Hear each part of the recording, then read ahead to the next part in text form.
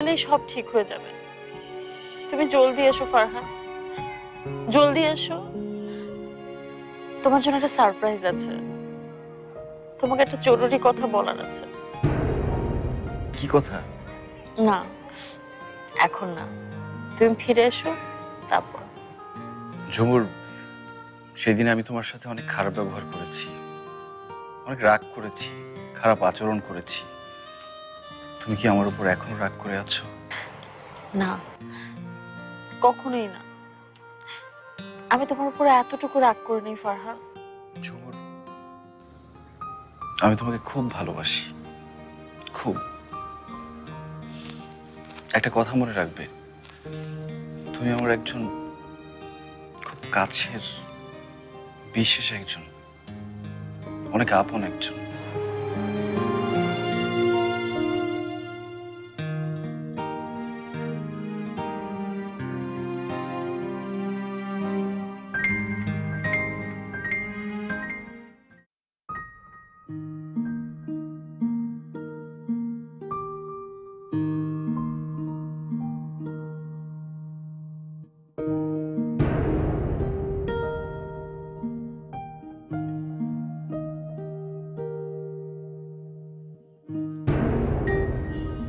বাহ, অনেকদিন পর তোমার মুখে হাসি দেখছি। সুন্দর একটা শাড়ি পরেছো, ভালো লাগছে। অনেকদিন পর তোমাকে খুশি দেখছি। আচ্ছা শুনো, কি হয়েছিল আমাকে বলো তো। কিছু হয়নি তো, আগেও কিছু হয়নি, এখনো না। না হলে ভালো। আমার কিন্তু শুধু একটাই চাওয়া, তুমি আর ফারহান ভালো থাকবে, আনন্দে থাকবে, সুখে থাকবে, ব্যাস।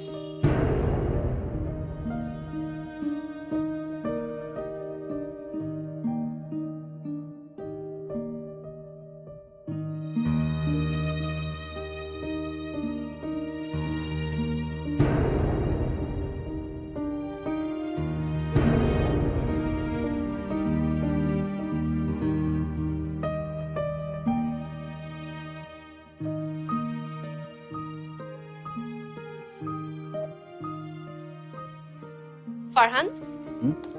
এসবের মানে কি? তুমি নাকি চলে যাচ্ছ? তোমার না এক সপ্তাহের কাজ, এখনো তো 4 দিনও হয়নি, তোমার কাজ শেষ?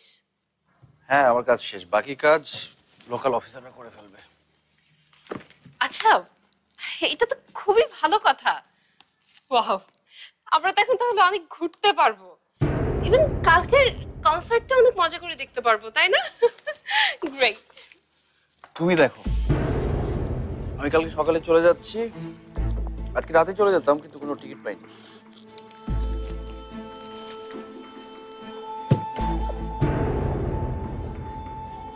তুমি আমাকে এখানে একা ফেলে চলে যাচ্ছ? তুমিও আমার সাথে যেতে চাইলে যেতে পারো। আমি ভাবলাম তুমি কনসার্টটা নিয়ে এত এক্সাইটেড, কনসার্টটা দেখিয়ে আসো। একটা কথা বলবো? হ্যাঁ বলো।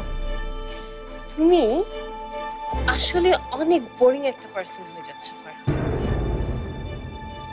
নাবিলা, কি? টিকিট করবো তোমার জন্য? না।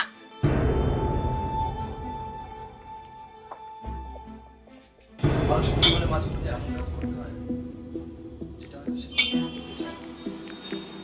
কিন্তু রিয়েলিটি তাকে বাধ্য করে। Sorry sorry sorry